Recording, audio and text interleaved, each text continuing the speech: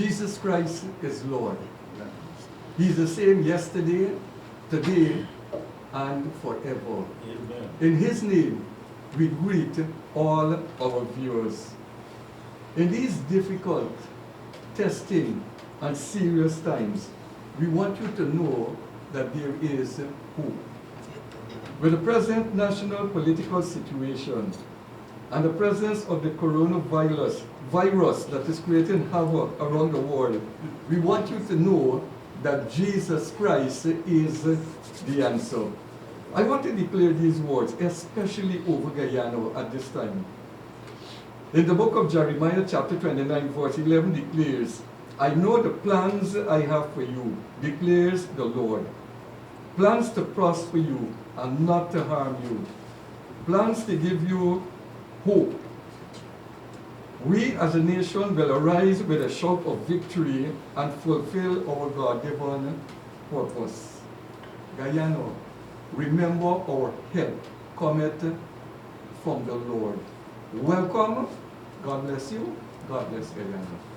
As we look around in our society today and the world moreover, we get a sense that there is great uncertainty and fear.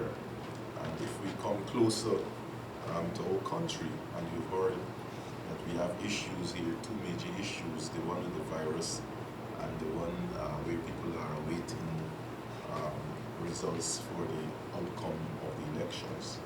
And so you get the sense that people, when you look at the comments, you hear people speak, you get a sense that there is fear all over. People, for example, with respect to the virus, people shopping, buying things sometimes, things that might not even be necessary. So people are into a mode of panic.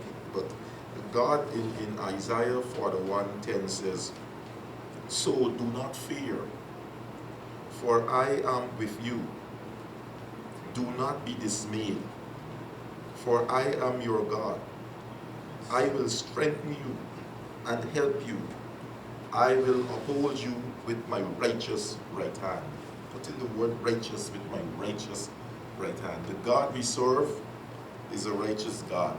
And notwithstanding the efforts of men, and God give men brain to think and to coordinate and to organize, but notwithstanding the efforts of men, whether for good or for bad, whether for sentiments or for objectivity, at the end of the day, God steps in.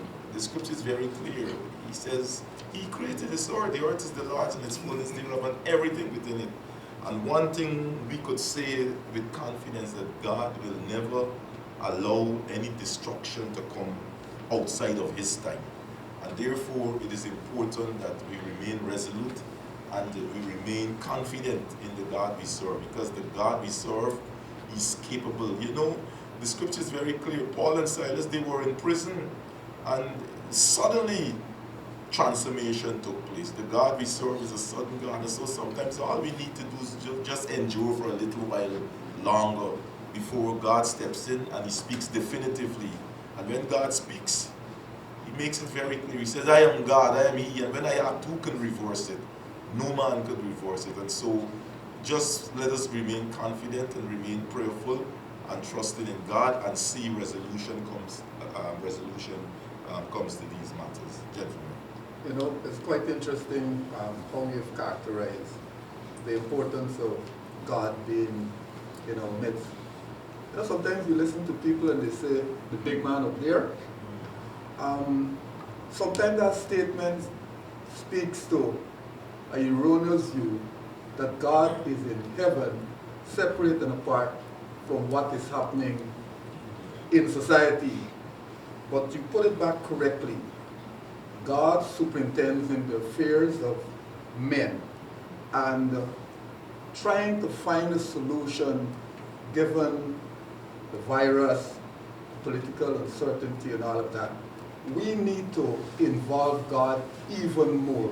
God is not aloof from what is happening here. And I think it's time now as a nation, we seek to involve God more and more in our daily life. God must not be seen as a crisis manager, only when we have a crisis. But if we involve God more and more, I think some of the solutions that might be eluding us, we will find them as we seek the face of the Lord. No, John 14:6, Jesus speaking, addressed three things: way, truth, and life. Said that if you're searching for them, hear Jesus say, I am the way, I am the truth, I am the life. No man cometh unto the Father but by me. It tells me therefore that as we seek answers and solutions, many times we seek outside sources and do not go to God. But God is our present help in the time of trouble. And so it is important. You know, some of us are looking for a way. Some of us are looking for truth. Some of us are looking to find a way to enjoy a fulfilled life. But that cannot be found unless you come to God Himself. We said early on, we might be faced or we're perplexed on two sides. It might be three sides. The first side is, it's overdue. We need to know, we need to resolve the matter that caused us to go to the polls on the 2nd of March. We need to resolve that matter. It's overdue. There's no question about that. We have to have the strength and the fortitude to call it.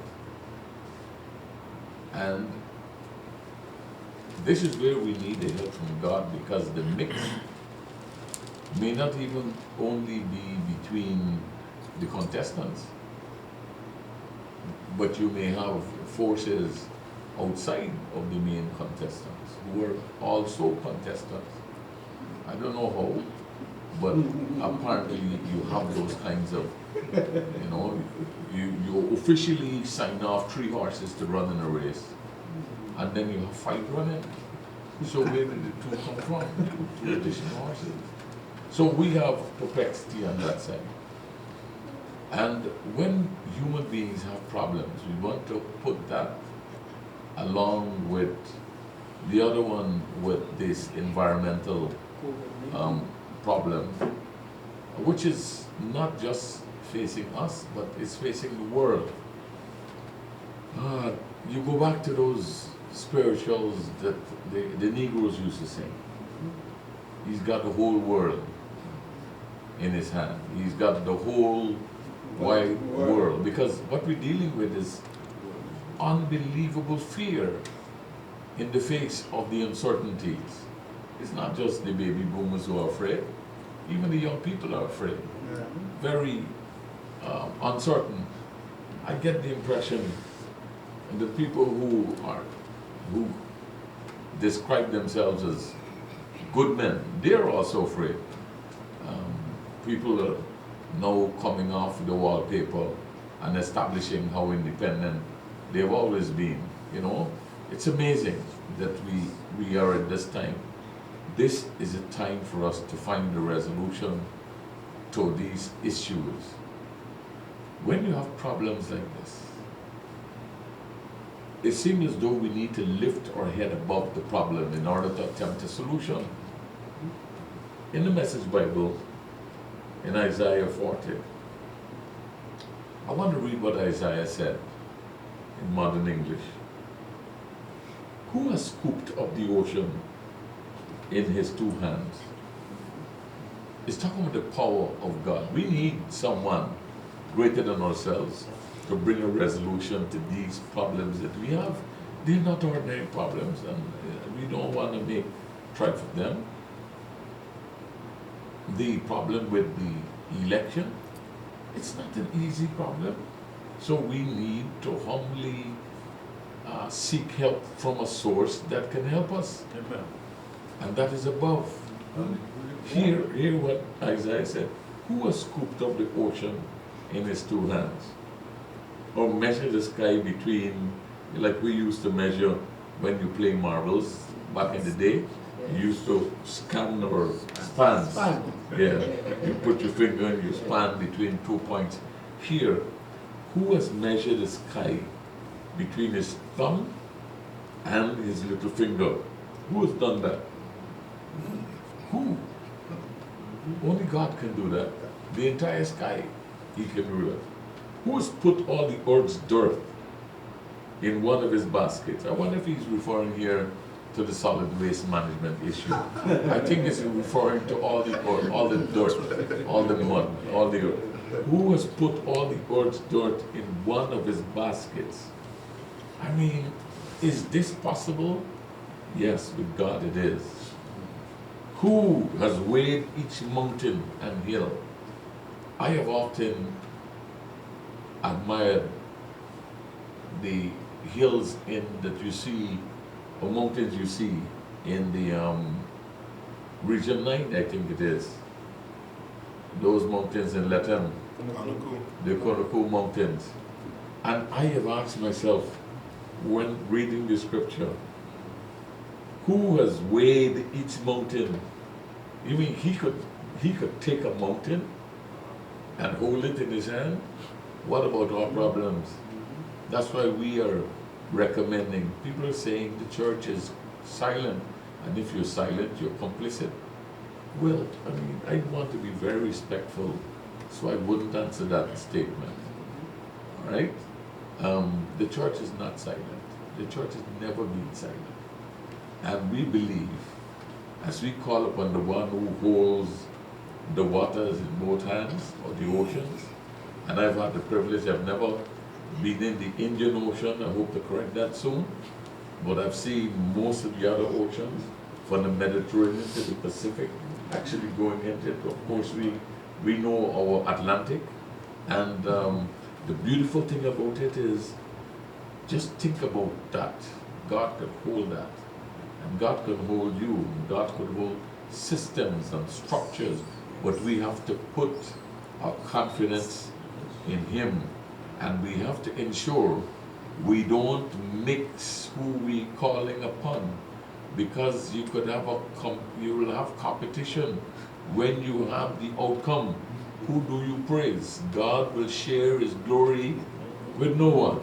So we want to encourage you not to be fearful, but to put your confidence in the one who can do all these things, as Isaiah said. You know, Bishop Messiah, as you spoke, I'm reminded of that old hymn that we used to sing.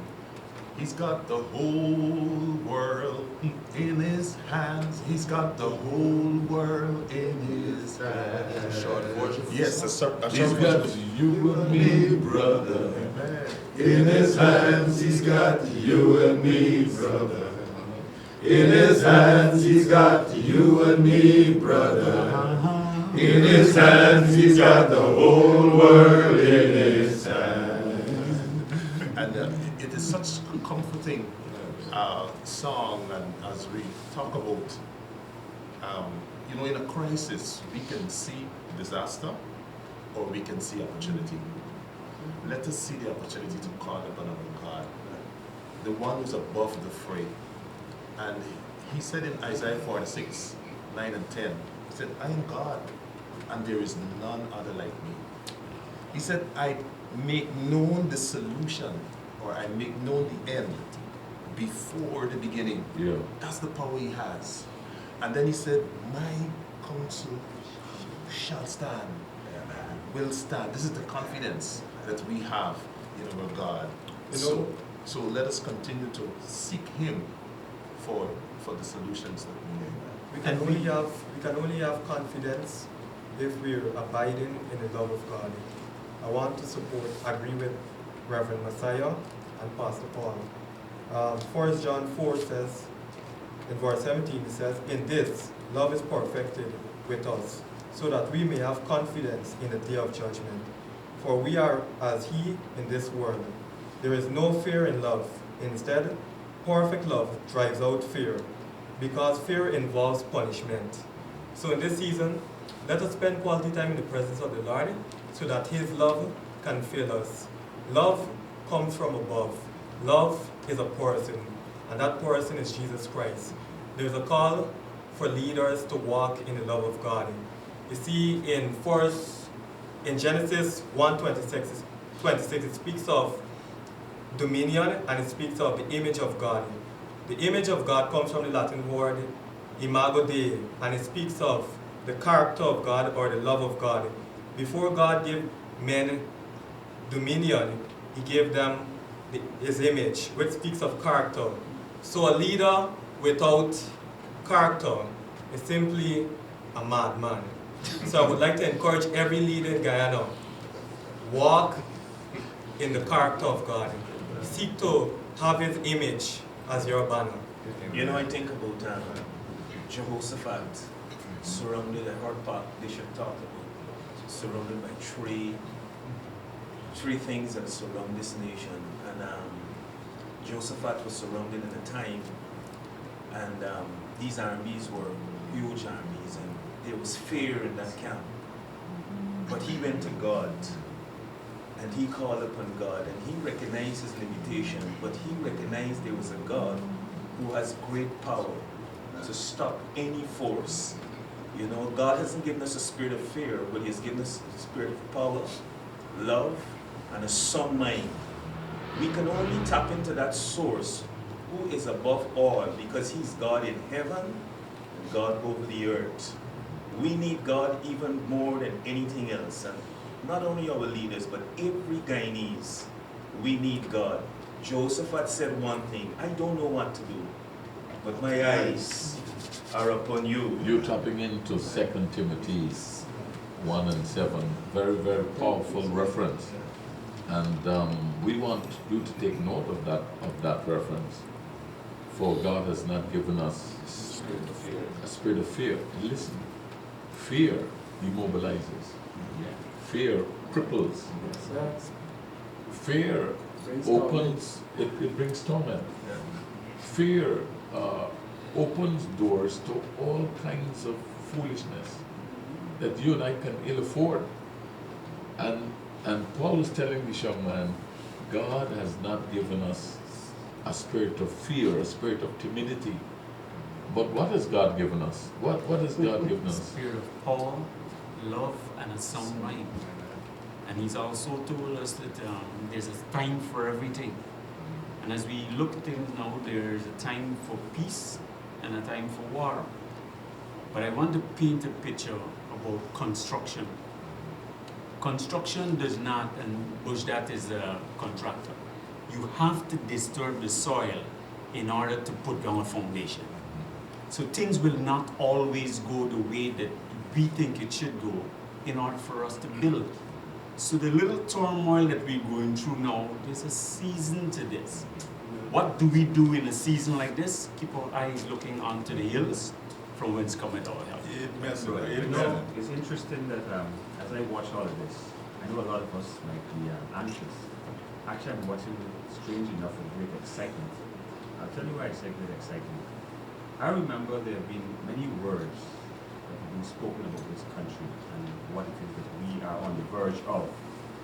Bishop, I think even you, I remember when you prayed, you talked about the fact that we are on the verge of something great. But you prayed specifically for the midwife. You prayed specifically that God takes care of the midwife, because this midwife has a very, very important job, putting Guyana forward.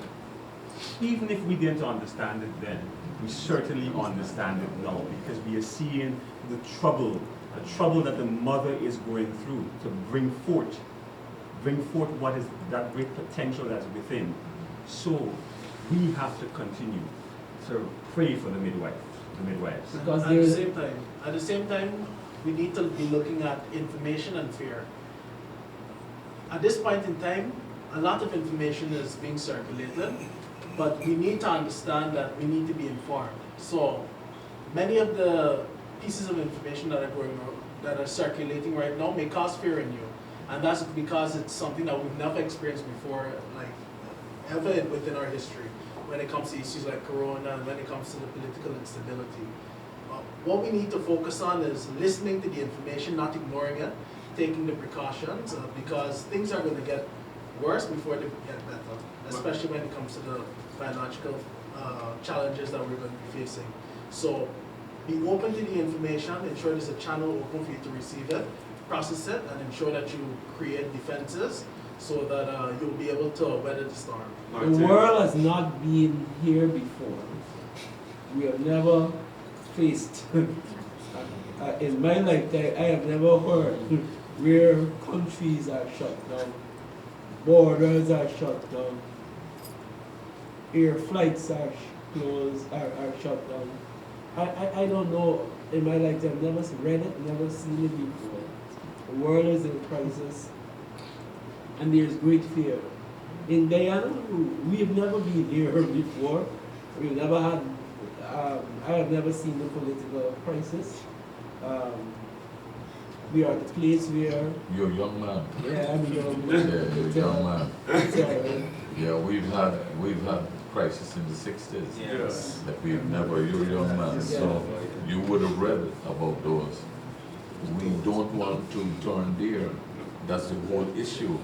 That's why as reasonable big men, people who fear God, that we have to come to Him, not just accounting to our peers, but we have to come to Him for stewardship, that we be very careful what we do now. This world has seen its fair share of plagues in the past. We have read sufficiently about that. I think off the top of my head, in 1918, there was a plague that faced the United States of America that took a lot of lives. The world has gone through all kinds of plagues, but but we must have confidence. Those people who came before us, they placed confidence in God, and they resolutely, fearlessly sought a solution and acted right. Bishop. They imposed great self-discipline, and they worked as a community for the benefit of, yes, young man. Bishop, Job was perplexed. Yes. Job's body was afflicted. And so there was plague, there was perplexity. And after his friends came and they counseled him, the Bible tells us in Job 38 that the Lord answered Job out of a whirlwind. And this is what the Lord asked. Who is this who darkens counsel by words without knowledge? It is critical, I want to support Martin's comments, that we establish the need for counsel to be based on knowledge. There's a lot of information, a lot of things circulating, are not based on knowledge, they're based on emotions, based on fear, based on partisan views, based on evil suspicion. But we need to position ourselves in a place where we understand that the counsel that is best received is counsel based on knowledge. But further to that, Job responded, and here are his first words after God laid out all the things he had done. Bishop read some in another portion of scripture. Hear what Job said. Job 42 verse 2. I know, this is Job speaking to God. Job answered the Lord and said, I know that you can do everything, and that no purpose of yours can be withheld from you. Amen.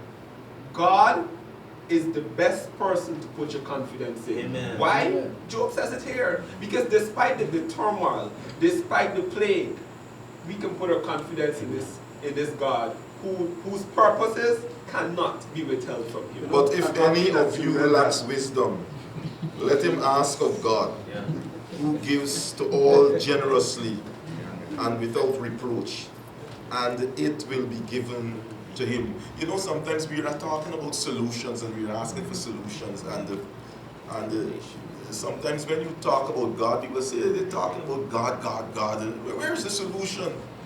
But you see, it is only God who could actually strip you of all your idiosyncrasies, of all your feelings and emotions. It is only God could strip you from that and give you counsel that as we heard before, that will lead you in the right direction. The thing about it is that man, by his very nature, he wants to run things. So nobody's asking God, what is it you would like me to do? James is very clear. He said, if any of you lacks wisdom, you need an understanding as to how to move a process forward, let us consult with our God and hear what he says. I want to come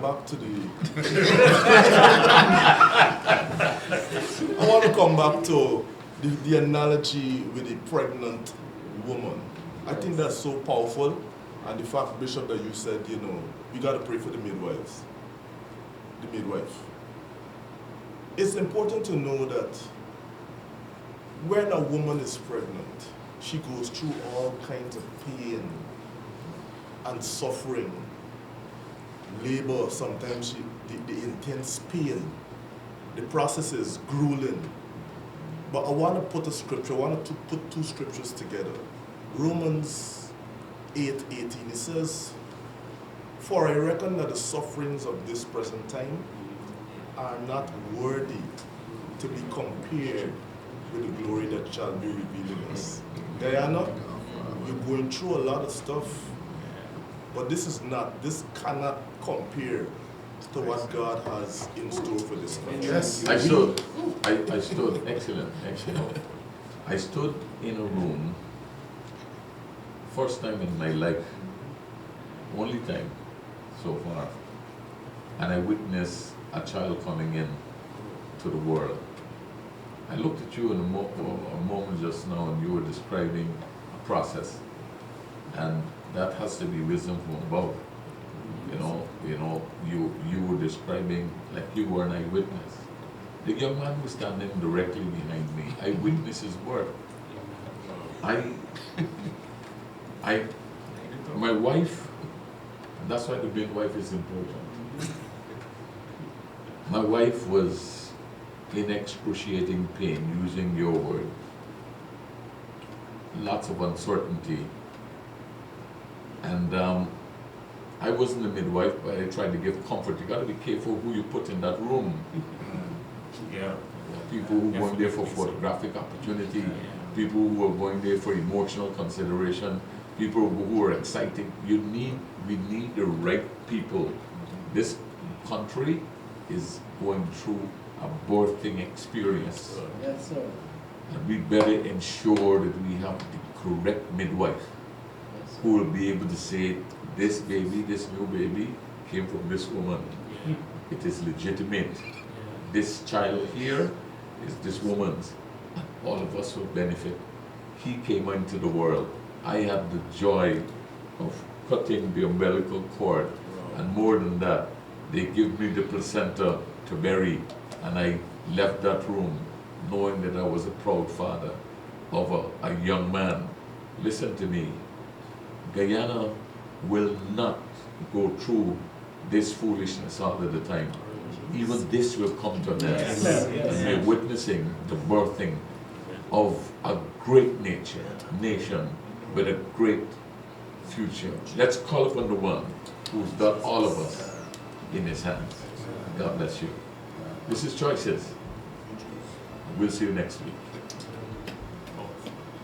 We thank you for joining us on Choices today. Remember, you can join us at First Assembly, LNP Durban Street, Workmanville, Georgetown, Guyana, for any of our special services. I'm Celacia on behalf of the set, reminding you that your whole life is the sum of your choices. God bless you.